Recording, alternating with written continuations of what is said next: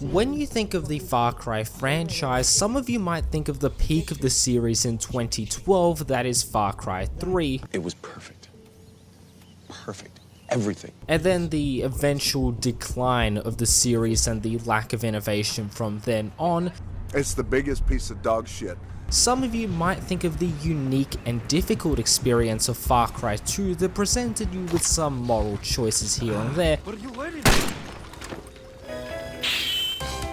But I reckon majority of you don't think of the very first game of the series that wasn't even made by Ubisoft, and it plays out completely different from the open world adventure teeming with side content that you're familiar with, but instead it has a linear story that does give a little bit of room to go off the beaten path here and there and approach a level in multiple different ways, which for a game in 2004 was pretty cool. But of all the games in the Far Cry series, Far Cry 1 is unique because it bears very little similarities to the other games, and some people might even call it the lead up to Crisis, but I never see anyone talking about it, and it's always Far Cry 3 this, Far Cry 3 that, and yeah, I love that game, but I always think it's important to go back to the original game in every series and play it and appreciate for what it is, and maybe get upset at the modern direction the game is going in. Oh my god, bro. And I know some of you might be like, well, what about the console games? And I haven't forgotten about them. I just don't care about them because I don't play consoles. Now, the storyline does play out like a bad action movie at times, and the voice acting doesn't help. What is this? A bad spy movie? You two are gonna get us all killed. Because if I had to put it on a scale, I'd put it near Resident Evil 1. That's right. This is the ultimate life form. Tyrant! Chris? Stop it. Maybe not that bad, but I did find it pretty hard to take it seriously, and it was more of a comic relief for me. Oh, a demolition pack. Right. Good thing I remember to pack a few of those. Don't be difficult. It's unprofessional. But you play as the Jackal, and I'm sorry we're not there yet, but we play as Jack Carver, who is an ex-Special Forces soldier who is now a freelance boat charter in the South Pacific, and you are hired by a CIA agent called Valerie Constantine, who does end up being somewhat of a love interest for the main character, which was pretty poorly implemented since all your character does is bitch and moan whenever he's told to do literally anything. She heads off to shore and your boat is blown up by mercenaries on the island, and now you must find a way off of it, as well as for some reason find Valerie, which I didn't really see much of a storyline purpose to. My headcanon is that she still owes him the rest of the deposit for the boat rental, but as you play through the game you realize there is much worse things going on, and throughout the game you have a man named Doyle, but he acts as a guide throughout the game and he gives you useful information on how to tackle tasks. But the first half of the game is really good. It doesn't feel too hard, even on the easiest difficulty, which admittingly the difficulty selection is more or less of a lie. Realistic difficulty means the enemy will spot you insanely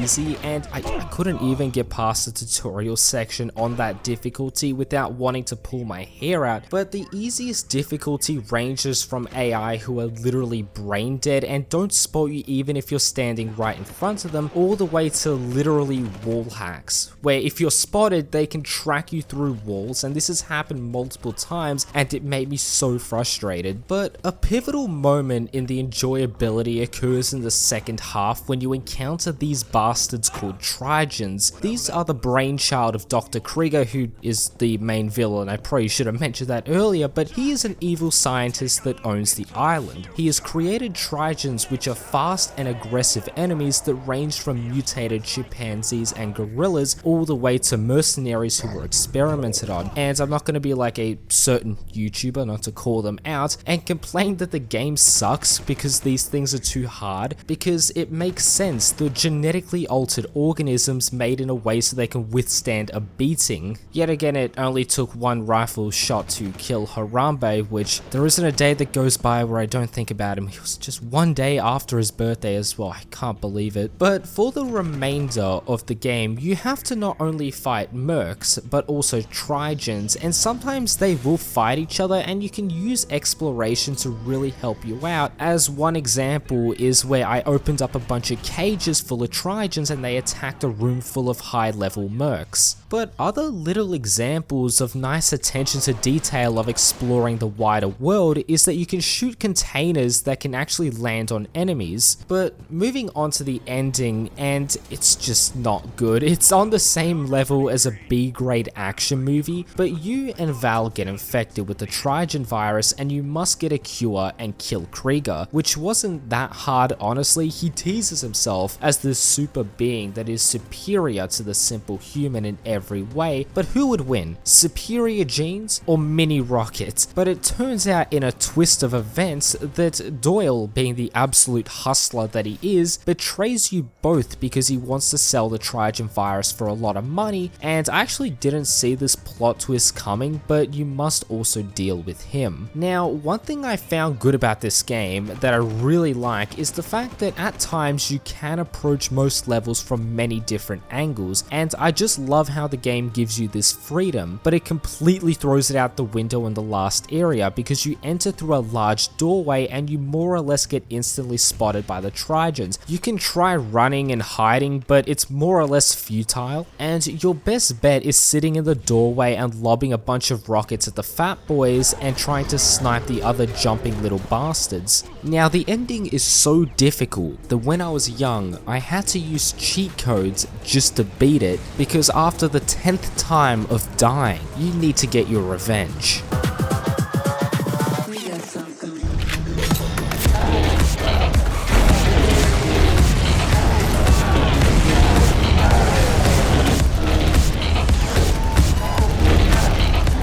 Then you get the virus and you kill Doyle, which wasn't really that hard of a thing to do. No, please, you don't understand. They sent me. They're always watching. You can't change this.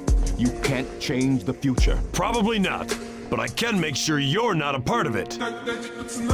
Stupid bastard. But once you kill him, you and Val set off into the sunset, but somehow from this moment it leads on to Far Cry 2. Now, before I move on to the gameplay itself, I want to mention a couple of specific levels that I liked but also wanted to pull my hair out. For the good, we have this underground lab that has been flooded. The lighting, the music, it creates this absolutely terrifying ambience, and there are plenty of moments throughout the game like this because they did a really good job with the lighting. I'm not saying it's a stalker level of lighting, but it's really well implemented, and if you're able to disable the HUD through modifying the game files as well as installing an Iron Sights mod, you can turn this into an absolute terror of a game.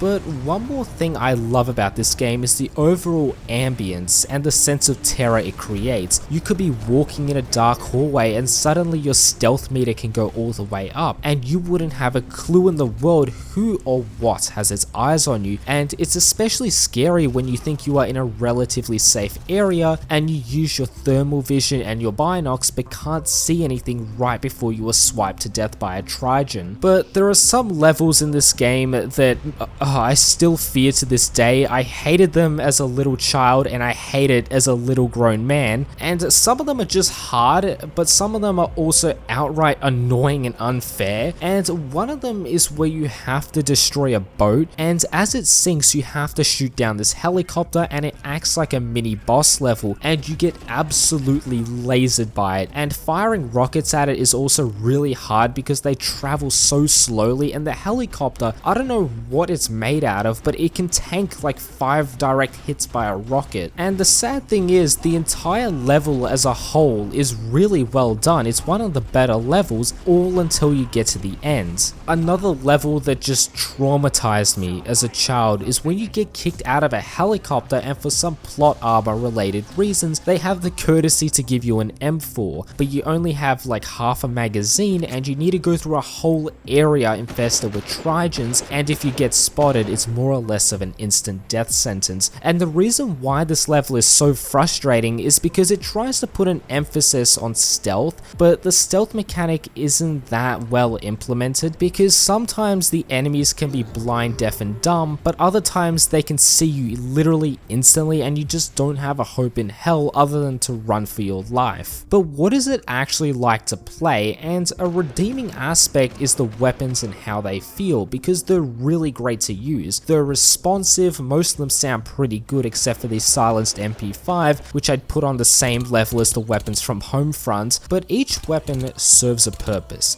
You have the assault rifles, which are good all-rounders, and throughout the game you can find upgraded ones with scopes and rocket launchers mounted on them, which was just a little bit overpowered because they can literally obliterate anything. You have the silenced MP5, which is good for stealth but completely overshadows the P90, and as someone who plays CSGO, that is something I never thought I'd say.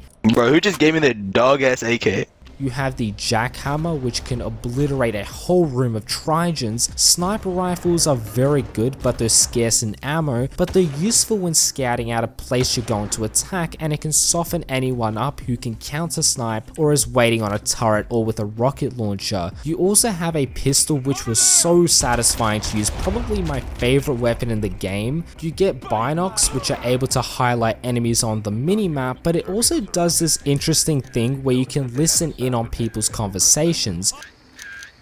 I'm telling you, the whole damn network is down. I can't reach anyone outside of local radio range. That means you can't reach anyone off this island.